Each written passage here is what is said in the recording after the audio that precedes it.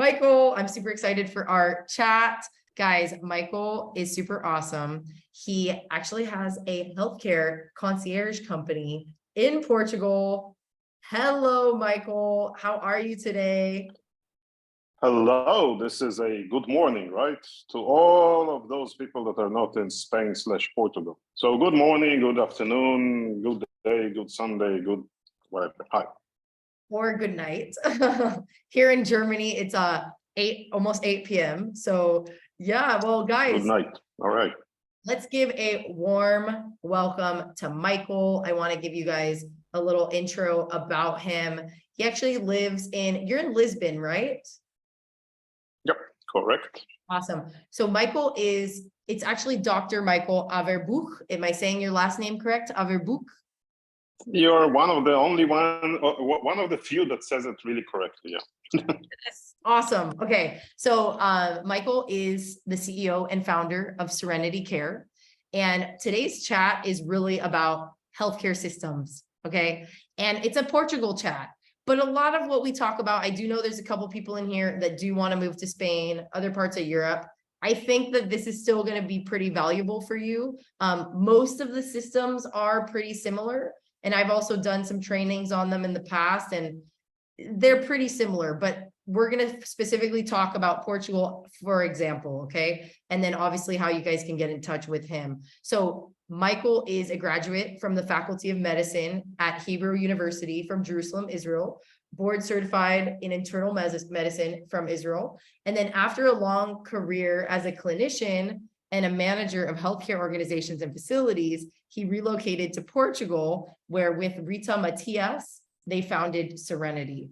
And Serenity is a unique medical concierge company who facilitates the transition of all health-related concerns from your country of origin to Portugal. This is super important because when you get to Portugal or Spain or wherever it is in the world, there's going to be issues because you don't know the system, you don't know the languages, and the way that they do things is a lot different. And so Serenity has been active in Portugal for more than 2.5 years and cumulative 100 years of staff experience into solving all your medical needs. So thank you so much for being here, Michael. And pleasure.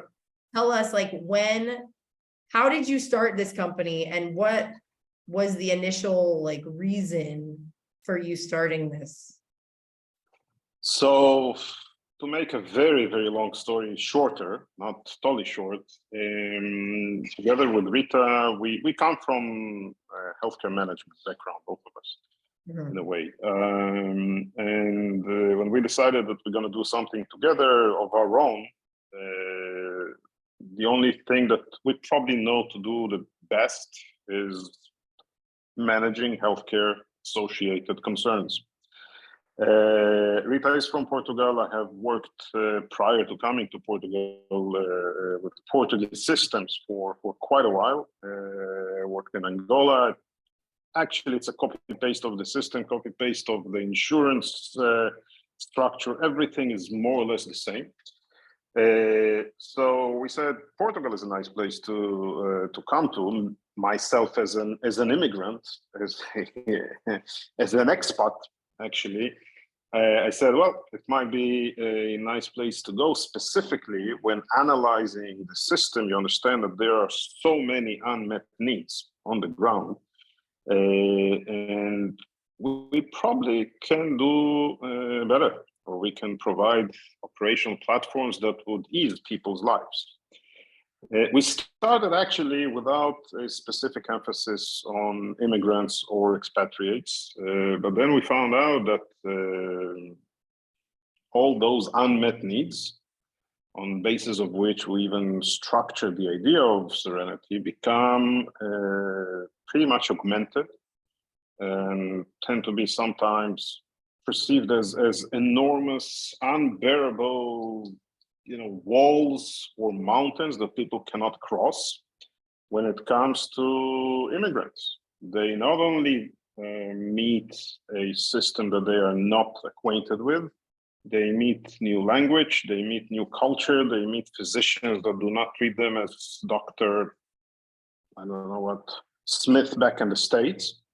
And everything becomes more complex. You don't know how to fill your simple prescription for your hypertension drugs, right?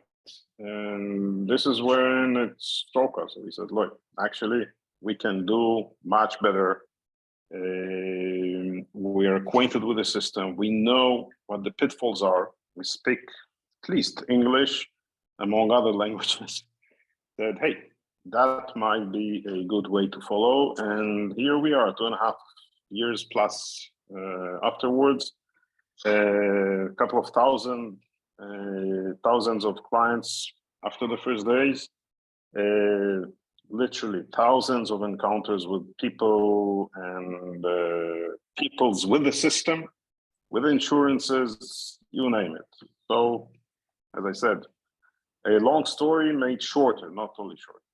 Okay, interesting. Well, thank you so much for sharing that. And I know you have so much knowledge in everything healthcare. And so guys, start putting your questions in the chat, because we're going to dive now a little bit deeper into the healthcare system and get any like advice and tips that you have for us as we're planning our move abroad 6 months to a year in advance. Can you, like, in a short version, because I know we only have 30 minutes, tell us what the healthcare system is like in Portugal, you know, speaking to the public as well as the private? So most of all, and I believe that our audience, from what I see here, are people coming from the States, right? We have somebody from Dubai, etc. Most of all, this is a totally different system, right? And I think that this is the very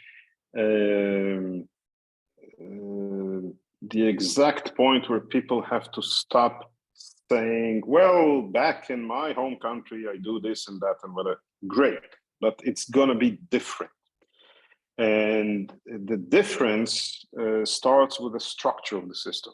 As long as in many countries, your open door to healthcare is through, for example, private insurance. Take the States as an example. Portugal practices two parallel systems. One of them is the public one, and each and every resident, not only citizen, but rather a resident in Portugal, is entitled to full access to this system. It starts with getting your prescribed meds for a very subsidized price, and it goes up to getting a liver transplantation for free, supported by the government, if you need it. This eligibility perceived and is your gateway to healthcare in general. The thing is that this system, although very permissive, is not very efficient, specifically when it comes to the everyday life, to the everyday needs in healthcare, like just seeing a specialist or having your MRI done, etc., etc. And here comes, as a support, the parallel system of private care in Portugal. Portugal has a pretty widely spread network of private hospitals and clinics, and you can use them in a efficient, quick, relatively easy to access way, either through your insurance or just paying money. In both cases, you will be using a plastic card, either with the logo of your insurance company or with the logo of Visa or MasterCard. And having said that, at the end of the day, the best way to benefit from what Portugal has to offer in terms of healthcare is to juggle between the two. It's to juggle between the private and the public system. And when it comes to that, you can already imagine that if you come to a new country and somebody tells you, some guy says, well, you have to juggle between two systems, none of which, you know, you might need a helping hand. And this is what we do at the end of the day. I didn't realize I muted myself. Thank you for explaining that. And I totally agree. In Spain, where I normally live in Barcelona, have an example of this happening, just as you say. I was sick 2 weeks ago. It was a cold. I found it more of a hassle to go a little bit further to the private facility for a basic cold. So I called up my local public center and saw the doctor 3 hours later, and that was my solution. Is that what you typically see done in Portugal? Because that's how I juggle between the two. When they're more serious, like, maybe some checkups or, gynecologist or my traumatologist for my spinal injury, I then use my private. Is that what you recommend doing? Well, actually, your example is a very good one to say or to stress out the problems in the Portuguese system. The major problem actually in this system is that the public care practically doesn't allow you a good access to primary care. What you said that, hey, I called my public doctor, the state health center or whatever, and I saw him in 3 hours, would never happen in Portugal. Wow. This is one of the reasons that we exist, actually. If you look at the Portuguese population, which is much smaller than Spanish, it's like 10 million people, 17% of Portuguese citizens, not expats coming here, whatever, 1.7 million Portuguese citizens do not have an assigned primary care physician through their state plan. This is one of the biggest, if not the biggest problems in the system here. And in your case, if I would try to call my public health center and say, hey, I just want to see a doctor, they will tell me, well, you can try, come tomorrow morning.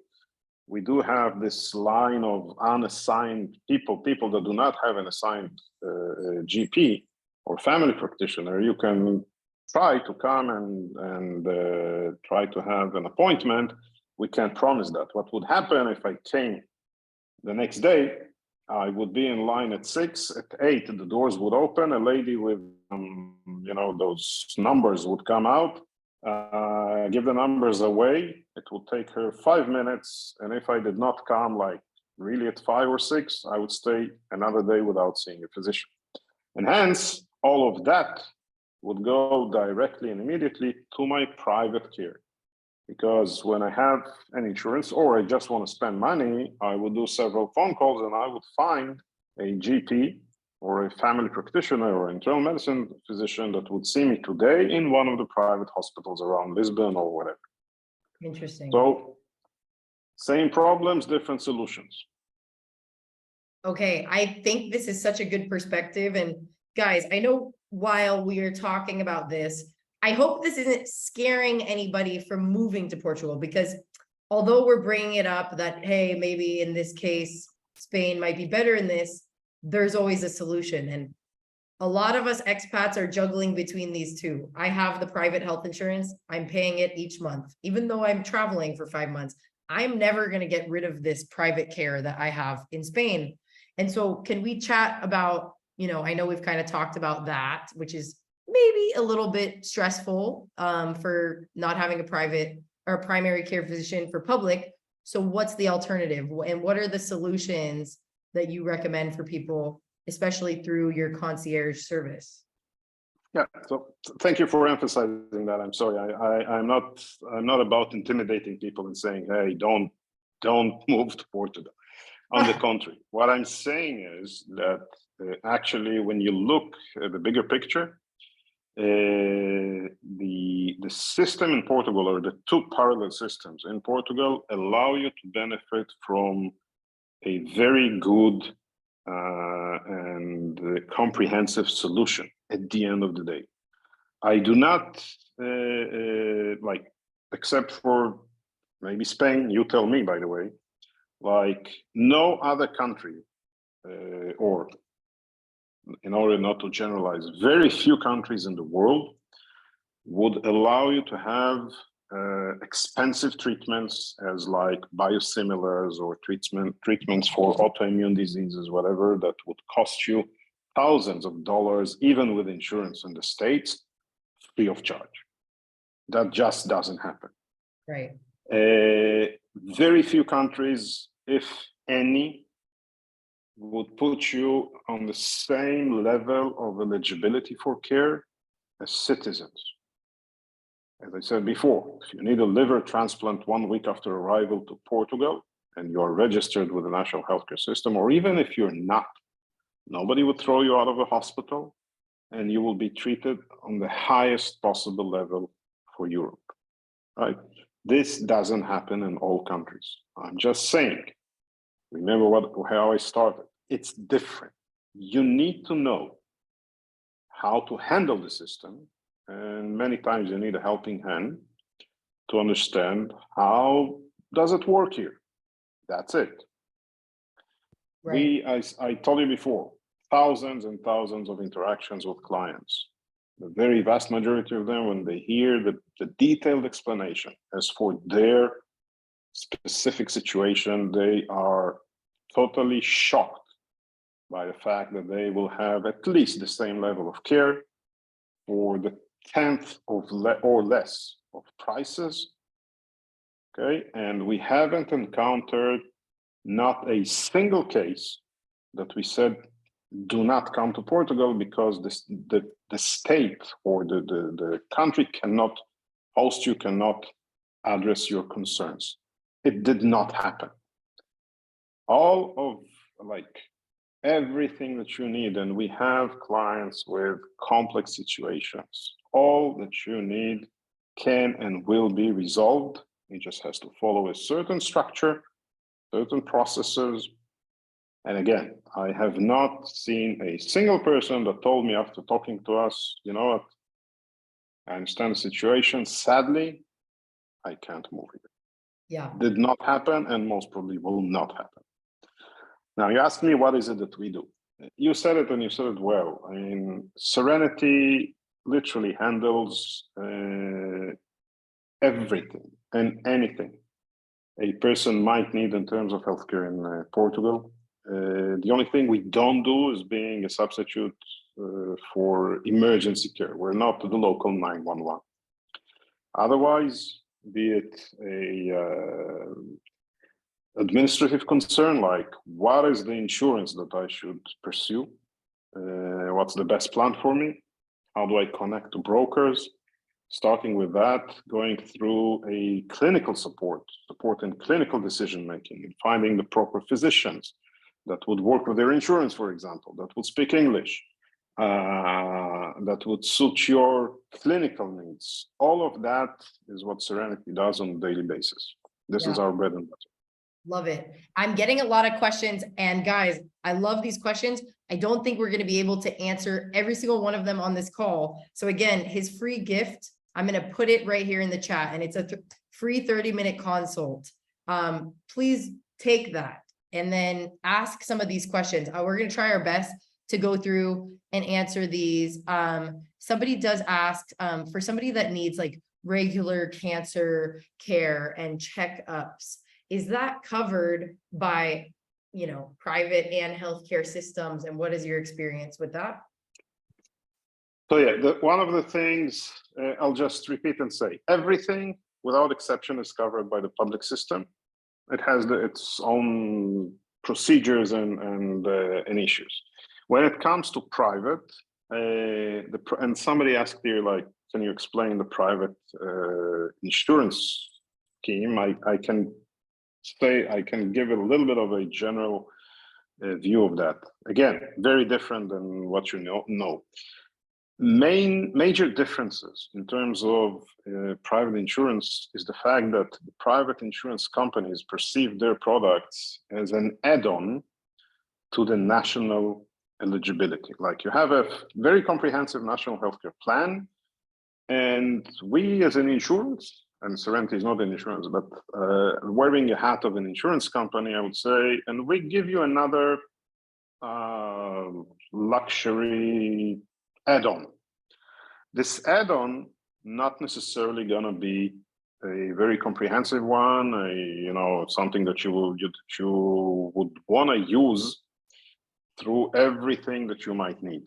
And this is the first pitfall in Portugal. When you choose your private insurance, look for those that would cover your personal needs. This is very, very important. People sometimes, we see it, people buy private insurances because somebody on a Facebook group said, oh, I have this and that works great. It works great for this guy that commented on Facebook. It doesn't necessarily mean it would work great for you. So find an insurance that would suit you. Another big pitfall in Portugal, not all insurances cover all ages.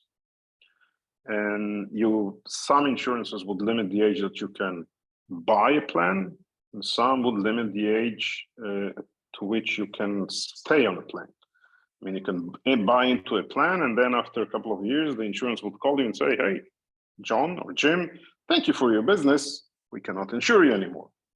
Again, when looking for a proper insurance, you have to look well, not to fall into this. And the third and a very, very important problem, as somebody asked, like, how would a cancer patient be covered? Many insurance companies do not cover pre-existing conditions. It doesn't mean that nobody would cover pre-existing conditions. It just means that when looking for a proper insurer, you need to ask yourself, who would cover pre-existing conditions? How do I get it? What does it really mean? So on and so forth. And again, specifically with cancer patients, the answer is you juggle between the systems. Because cancer is very, very well treated by the public. You need to complement it with some private and parts of treatment. Got it. Now, somebody asks, with minor conditions such as arthritis or neck issues, when they're going for the private insurance, are there going to be issues with coverage? Insurance companies all over the world, by the way, not only in Portugal nor in Spain, would perceive whatever you tell them as a pre-existing condition. It's a very nice way to not to pay in the future for something that you might need. So be aware of that. This is a global problem. So everything that looks minor or major, if you mention that in your disclosure with your insurance company, will turn to be a pre-existing condition. Thing is, how at the end of the day would an insurance company treat this pre-existing condition? Some of them would say, we exclude everything concerning whatever, arthritis or a neck injury. Everything is a problem. Everything meaning I can't even do theoretically an X-ray. Some would say we cover it all. Great, no problem. Some would say we cover it to a certain extent. We would cover a visit to an orthopedic surgeon, for example, but we would not cover an intervention, a surgery. Again, you need somebody to sit with you, analyze the proposal of an insurance company, analyze the exclusion, if they exist, and see if after all of that, this proposal suits you. Yep. That's it. Good explanation. Thank you so much. Another question from Marshall. For those of us that are retired from the US, what is the situation with Medicare and the systems over in Europe?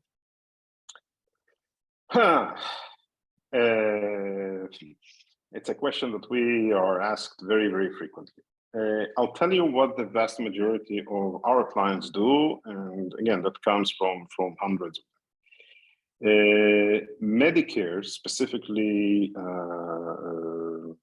Part A, the basic part of hospitalization, is a very important insurance, specifically if you relocate to Europe, but you're not totally sure that you ain't gonna go back, never ever, to the States.